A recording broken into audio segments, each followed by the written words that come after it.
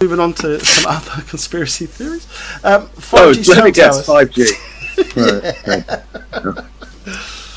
Now, there's a lot going in on this. There's a lot of people who said a few things about it, and I mean, for me, coming from a tech background, I do have an issue. But the point is, there's quite a lot out there. But I mean, don't get me wrong. I want super fast broadband when I'm using my phone. I want, I understand why it's all out there.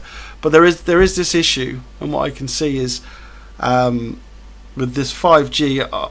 I mean, from every 2 to 8 houses, there's going to have to be some kind of transponder.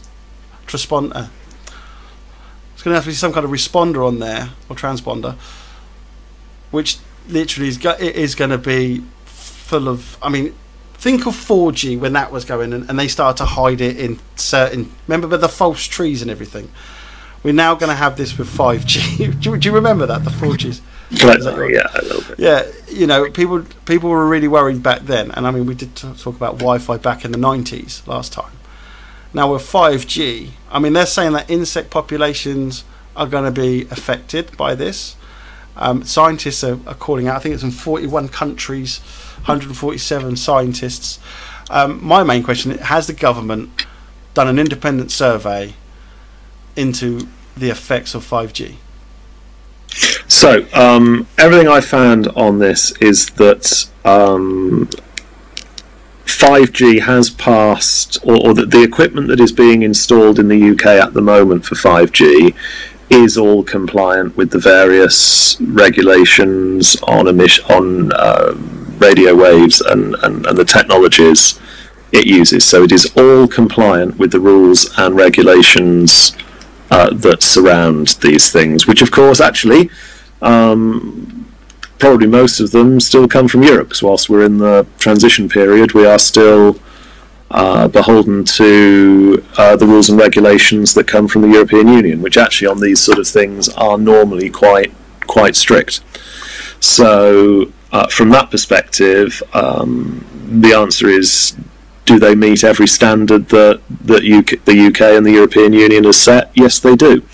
If you're asking for any more in-depth studies, there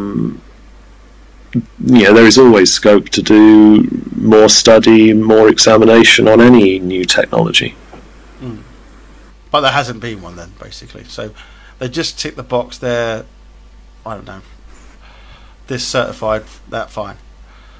Well, again, but you've got to remember a lot of these standards that are set by national governments or supranational governments in the case of the European Union. Again, they're not a bunch of politicians sat around a desk saying, what should we make the regulation on this be? Yes, politicians make the ultimate legislation, but it is all scientifically led. And so from everything I have seen, 5G meets the standards that governments all over the globe have set for it, including our own. Okay, but in a square... again, the standards could be passed for instance, one transponder being in one location against certain distance apart. I mean, how far apart... I mean, this is what I'm saying about, has an independent study been done? Have they put somebody in front of one of these transponders, or a group of, for instance, a cell load of, let's say, a block, and seen the effects and tested that, which I don't think they have. I mean, for the stuff that's on there, I mean, there's 2s and 4s against this, but it's about changing people's DNA and causing headaches and doing lots of things. It is a bit of a scary one. Well, I've seen no evidence of DNA being changed. Yes, we had level. We had at the very start of the early. I think we talked about this last week. The early Wi-Fi networks and so on, people getting headaches and so on, which doesn't happen anymore. And of course, you've got to remember that 5G is live in the UK right now. This isn't something that's going to happen. It has happened. And just because Apple haven't produced a device that works on 5G yet doesn't mean some of the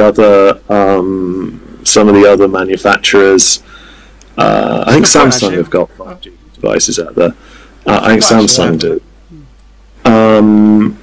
and I keep seeing the various networks advertising 5G plans and so on now. Certainly the big networks have all got 5G for those parts of the country that have 5G infrastructure. So it has happened. It has passed the various tests it needs to pass to be allowed onto the UK cellular grid.